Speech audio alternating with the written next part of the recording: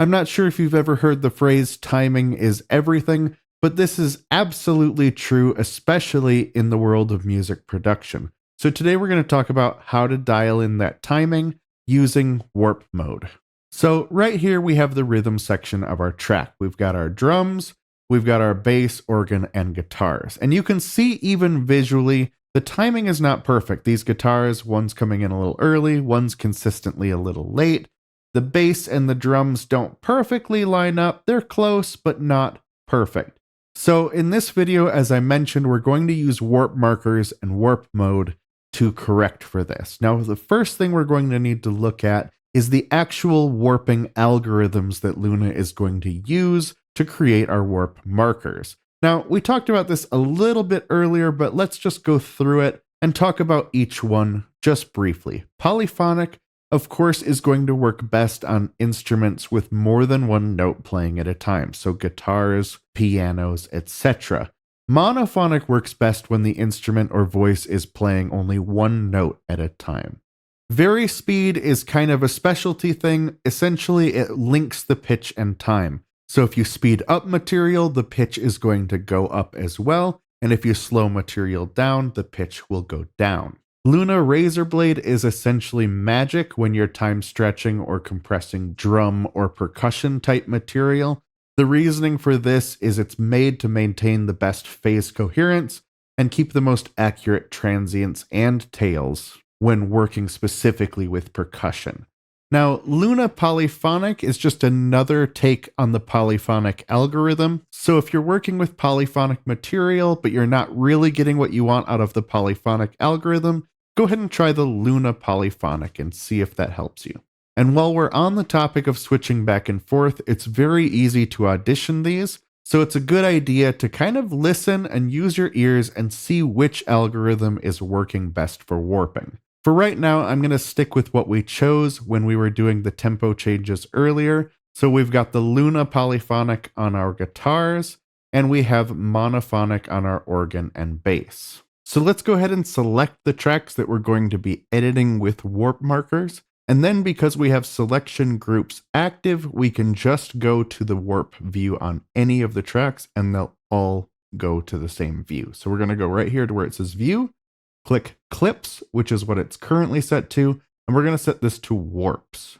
When we're in the warps view, you're going to see all your transients are indicated by these transient markers, and they're going to show us the transients or the starts of our waveforms. And these are generated based on what algorithm is on that individual track. Now, if the material you're editing is very rigidly stuck to the grid, then of course you can snap to the grid, and when you edit one of these, it's going to snap to whatever grid value you have here. However, since this song I really want to feel human and quote unquote rock and roll, instead I'm going to visually snap everything to the kick, snare, and overheads. So I'm just going to grab one of those, my kick and my snare, and I'm just going to move them up to where I'll be able to see them as a reference as I'm editing the bass, organ, and guitars. My bass will most likely need to stay locked with the kick drum, and then the guitars are going to stay locked with the overheads and snare. So I'll put those by what I'll need to be referencing. Of course, this is an optional step. If you have a stellar ear and you just want to do it by ear, you can do that as well. But for me, it's really helpful to visually see bass by kick and the guitars by the overhead and snare. Okay, so let's go ahead and zoom in and take a closer look. Just visually, one guitar is a little early, one is a little bit late using the snare drum as a reference, and our bass might be a hair late. It's pretty darn close though. So next, let's go ahead and turn our transient marker into a warp marker so that we can begin to move some of these transients around. To create a warp marker, just hover over the transient marker and you'll see your cursor will change into a warp marker. Go ahead and click, and you can see that it's changed into a thicker, more full diamond shape, which indicates that this is now a warp marker and it's ready to be moved. However, when there's only one warp marker and you click and drag it, it's actually going to move everything all at once because there's no warp markers created to contain your movement. So to actually edit with these warp markers, you need to create warp markers around the warp marker that you want to move. And once you've done that, you can now push and pull the timing without affecting all the timing on all the transients in your track. Now you're probably thinking that's tedious and time consuming, and it is, which is why Universal Audio has added a feature that allows you to do this with one click. Instead of hovering at the top of your transient marker, if you instead hover at the bottom, you'll be greeted by 3 friendly warp markers who are ready to help. Clicking here will create a bounded warp marker, which essentially creates a warp marker on the transient you're on, one on the previous, and one on the following transient warp markers as well. So 1 click, 3 jobs. Great job, Luna. So now we are able to move this independently. So we're ready to zoom in and actually make our edit.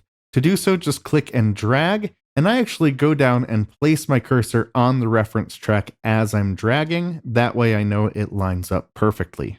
Also note that as you click and drag, the playhead will actually follow the warp marker as well, making it very easy to visually line up with your reference audio. Okay, great. So that's easy. Now we just have to do it like 1,000 more times. Well, the good news is it can actually be pretty quick once you get the hang of it, and you typically don't have to do every single transient, just make sure the main beats line up. Okay, so I spotted something here, let's zoom in. On occasion, the algorithm misses, so you can kind of see our transient is actually more like right here, so we actually have a few options. One is just eyeball it, grab your transient marker, and move it so the actual transient lines up instead. So that's quicker, but it's kind of like a band-aid. If we actually want to create a warp marker, they call this an arbitrary warp marker, and it's very simple to do. You can just hover over the top half of the clip, click, and you've created an arbitrary warp marker. But right now we're going to have that problem I was telling you about, so we're actually going to want to create a bounded arbitrary warp marker by clicking on the bottom half, and Luna will automatically assume that the transient marker right by the warp marker you just created is not one that you would like in your bounded warp marker trio. So it skips that one, puts one before and after, so it works really, really easily, and you can now move this exactly as you could a full-fledged warp marker. So that's basically everything we need to know in creating warp markers, but what happens when you want to delete a warp marker? Well, you have a few options. Firstly, you can just go over to the warp marker and double click it, which will erase the warp marker and move the transient back to its rightful place on the timeline. That's great if you're just wanting to delete one, but if you want to delete one or more than one, you'll have to select multiple warp markers by clicking on the top half of the inner part of the clip, and then go to the other side of any adjacent warp markers that you'd like to delete.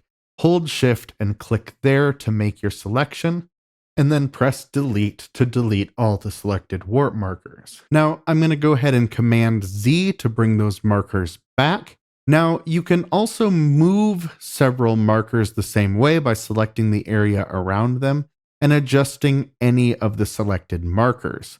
It's also worth noting that a marker will turn red if you stretch it or compress it too far. Now, be careful with this. This is more like a guideline. This does not mean that all audio that is red will sound bad and all audio that is black will sound good. This is really just a helpful, friendly visual indicator. One last thing as we're talking about warp mode, you can completely reset and delete all the warp markers on a clip simply by right-clicking the clip and hitting Reset Warps. When you click on this, all the warps will go away and all the audio will return to its original position. So that's everything for this video. In the next video, we're going to address editing MIDI. So thank you very much for watching, and I'll see you there.